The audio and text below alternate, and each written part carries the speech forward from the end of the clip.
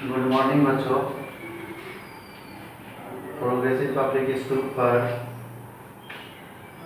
YouTube channel के माध्यम से आज मैं आप लोगों को क्लास 7 का हिंदी की पाठ्य पुस्तक नलिनी किताब का दूसरा चैप्टर है प्राण रक्षा। कहानी है, बहुत ही अच्छा कहानी है। इसको हम आप लोगों को बताने जा रहे हैं। आप लोग ध्यान से सुनिएगा, ठीक है बच्चों। कहानी का नाम है प्राण रक्षा। यानी कोई राजा है, वो संकट में अपने प्राण को कैसे बचाता है, उसी के बारे में इस कहानी में पढ़ना है, ठीक है। कहता है बहुत समय पहले की बात थी, ठीक है। एक राजा था। एक बार वो अपने हाथी पर बैठा कहीं जा रहा था, ठीक है। मार्ग में पड़ोसी राज्य के राजा ने उस पर क्या किया, हमला बोल दिया। राजा ने डटकर उसका सामना किया, किंतु लड़ाई में जो है वह बुरी तरह क्या हुआ, जख्मी हो गया। उसके सभी सैनिक भी मारे गए। वह बिल्कुल अकेला रह गया और घोर जंगल में पहुंच गया। उस जंगल से बाहर जाने का जो है रास्ता नहीं मिल पाया। उसे बहुत प्यास लग रही थी। उसने आसपास पानी ढूंढा, लेकिन कहीं पानी दिखाई नहीं पड़ा। सिर पर सूर्य तप रहा था, यानी गर्मी बहुत अधिक थी। प्यास से जान निकली जा रही थी। वह पागल सा हो रहा था। तभी उसे एक कुआं दिखाई पड़ा। वह हाथी पर से नीचे उतरा और कुएं में देखा तो उसमें निर्मल पानी था, यानी साफ पानी था। पर कुएं से पानी कैसे निकालता वो राजा।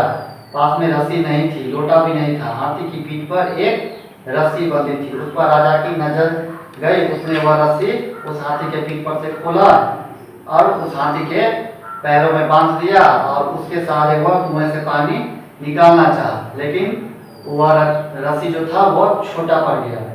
फिर वह दूसरा बार प्रयास करता है, तो दूसरा बार में क्या हुआ, उसने उसमें उस रस्सी में जो है वो उस दूसरा बार प्रयास किया। उसमें क्या करता है, एक दुपट्टा को अपनी कमर में बांध लिया। दुपट्टा खोलकर उसमें जोड़ा और दोबारा कुएं में उतरा, लेकिन इस बार भी रस्सी छोटी पड़ गई।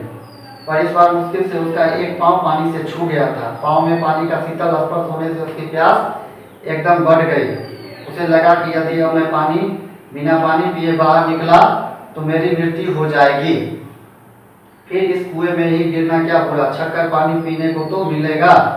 यह सोचकर उसने हाथी की रस्सी छोड़ दी और पानी में गिर पड़ा। उसे तैरना आता था, इसलिए वह डूबा तो नहीं, लेकिन पेट भर पानी भी पी लिया। प्यास बुझ जाने के बाद उसके मन में दूसरा विचार आया, अरे कुएं में कूदकर मैंने मूर्खता की। घड़ी दो घड़ी में पानी के बिना क्या मैं मर जाता, लेकिन अब मैं साक्षात मौत के मुंह से किस तरह निकलूंगा। धीरे धीरे वह हाथ पांव चला रहा था और पानी के ऊपर तैर रहा था। वह मरना नहीं चाहता था। राजा का हाथी कुएं के बाहर खड़ा था। उसका मालिक रस्सी पकड़कर कुएं में उतरा है, यह वह जानता था। वह वफादार प्राणी वहीं पर पाँव जमाकर खड़ा रहा। पास में ही एक साधु का आश्रम था। वह उस रास्ते से जो है होकर वह फल तोड़ने के लिए जा रहा था। उसने जो है उस कुएं के पास हाथी को खड़ा देखा। साधु को बड़ा आश्चर्य हुआ कि यह हाथी जो है वह कभी नहीं यहाँ खड़ा रहता था, आज कुएं के पास क्यों खड़ा है, और उसके पैर में जो है वह रस्सी बंधा हुआ था।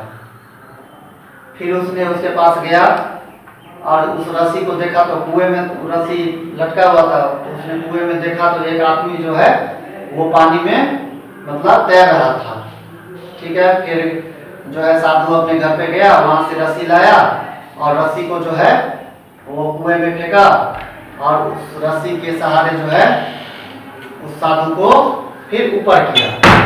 वह साधु जो है बेचारा बेहोश हो गया था। फिर साधु ने उस राजा को हाथी पे बिठा के अपने आश्रम में लाया और उसको जो है अपने घर के आश्रम में घर में रखा। उसके बाद जो है बच्चों आग जलाया। फिर उसको जो है आग जला के फिर सेका। उसके बाद जो है धीरे धीरे होश आया। उसके बाद फिर खाने के लिए उसको फल दिया। इस तरह से जो है राजा 3 दिन तक साधु के आश्रम में रहा, ठीक है। 3 दिन तक रहा। उसके बाद जो है चौथे दिन उसने साधु से विदा मांगते हुए कहा, मेरी मात्र इतनी प्रार्थना है कि एक बार आप मेरे यहाँ अवश्य पधारे। राजा ने साधु से कहा। राजा का आग्रह देख साधु इनकार नहीं कर सका। उसने कहा जरूर मैं एक बार आपके यहाँ आऊंगा और मुझे अपना नाम पता तो बता दे। राजा ने जब परिचय दिया तो साधु को मालूम हुआ कि यह राजा है। राजा ने कहा मुझे जाने बिना भी आपने मुझ पर जो उपकार किया है वह मैं कभी नहीं भूलूंगा। साधु ने कहा वाह, कौन कहता है कि मैंने आपको नहीं पहचाना था। आदमी का आदमी के रूप में परिचय यही तो सबसे बड़ी पहचान है। राजा बोला बात तो सच है। फिर साधु ने एक व्यक्ति की मदद से राजा को जंगल पार करवाकर उसे उसके महल तक पहुंचवा दिया। महल में 4 दिनों से सब राजा की चिंता कर रहे थे और न जाने क्या क्या अनिष्ट कल्पनाएं कर रहे थे। राजा को राजी खुशी वापस आया देखकर सब खुश हो गए। कुछ महीनों के बाद साधु ने सोचा कि चलो राजा को मैंने वचन दिया है तो एक बार उसके यहाँ हो आओ। भिक्षा पात्र तथा दंड कमंडल लेकर साधु अपने आश्रम से निकला और चलते चलते राजा के राज में जा पहुंचा। वहां उसने शमशान में बरगद के नीचे अपना आसन जमाया, रात वहीं व्यतीत किया और सुबह होते ही नदी में स्नान कर वहां से निकल गया। इसी कारण वह राजा के दरवाजे पर पहुंचकर खड़ा हो गया। राजा उस समय सोने के झूले पर बैठा अपनी रानी से बातें कर रहा था। साधु का स्वर सुनकर उसने उस तरफ नजर घुमाई और तुरंत साधु को पहचान गया। एकदम वह झूले से उठकर दौड़ा और साधु का हाथ पकड़कर उसे अंदर ले आया। वह अपने साथ उसको झूले पर बैठाया। रानी यह देखा तो उसे लगा कि अरे राजा को एकाएक यह क्या पागलपन सवार हुआ है कि एक साधु को अंदर ले आए और अपने साथ झूले पर बैठाए। रानी उठकर वहां से चली गई। राजा साधु के साथ बातों में इतना डूब गया कि उसका बेटा कुंवर आकर कब से उसके पास खड़ा था, लेकिन उसको इस बात का कोई एहसास नहीं हुआ। कुंवर को भी यह बात अच्छा नहीं लगा। कुंवर भी गुस्सा के चला गया। उसके बाद कौन आता है तो उसके बाद मंत्री आता है। मंत्री को भी जो है राजा को साधु के पास बैठा देख उसको भी यह बात नहीं समझ में आती है। वो भी वहां से नाराज होकर चला जाता है।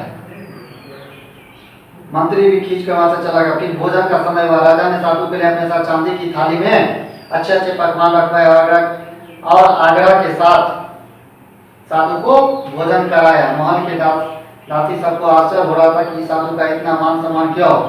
भोजन के बाद अपने खास कमरे में राजा ने साधु के आराम करने की व्यवस्था की। साधु आराम करने के लिए लेटा तब राजा स्वयं उसके चरण दबाने लगे। रानी को लगा कि अब तो हद हो गई, अब तो साधु के साथ स्वयं साधु बनने की बात ही राजा के लिए बाकी है। उसने मंत्री से कहा कि चाहे जैसा भी हो इस साधु को यहाँ से निकालो। मंत्री के समझ में नहीं आ रहा था कि वह क्या करे। शाम को दरबार लगा। राजा दरबार में भी साधु को जो है अपने आसन पर बैठाया। यह देखकर दरबार में बैठे सभी लोगों को यह अच्छा नहीं लगा। राजा ने इस पर बात का अनुभव किया। तब राजा ने सभी दरबारियों को संबोधित कर कहा, हे सभासदों, मैं आपसे एक सवाल करना चाहता हूँ। कि सभी दरबारी आतुरता से राजा के सवाल की प्रतीक्षा करने लगे। राजा ने कहा, एक प्राणी यदि दूसरे प्राणी की रक्षा करता है तो उपकार करे तो तब उस दूसरे को क्या करना चाहिए। तो जवाब देता है, दूसरे प्राणी को भी उस पर उपकार करना चाहिए। बच्चों, यह कहानी जो था प्राण रक्षा, इसमें क्या होता है, अगर कोई इस कहानी से भी यही सीख मिलती है कि अगर कोई मनुष्य या कोई राजा अगर संकट में हो तो हमें उसकी मदद अवश्य करनी चाहिए, ना कि वहां से मुंह मोड़ के निकल जाना चाहिए। यह जो है मानव का धर्म नहीं है। इसीलिए इस कहानी से हमें यही शिक्षा मिलता है कि अगर कोई संकट में हो तो हमें उसकी जान की प्राण की रक्षा करनी चाहिए। अगर कोई उपकार किया हो तो हमें भी उस पर उपकार करना चाहिए। ठीक है बच्चों, तो आज मैं आप लोगों को क्लास 7 का दूसरा चैप्टर प्राण रक्षा के बारे में पढ़ा दिए हैं। आज जो है अगले दिन इसका क्वेश्चन आंसर और सवाल आपको हम व्हाट्सएप पे लिख कर भेज देंगे।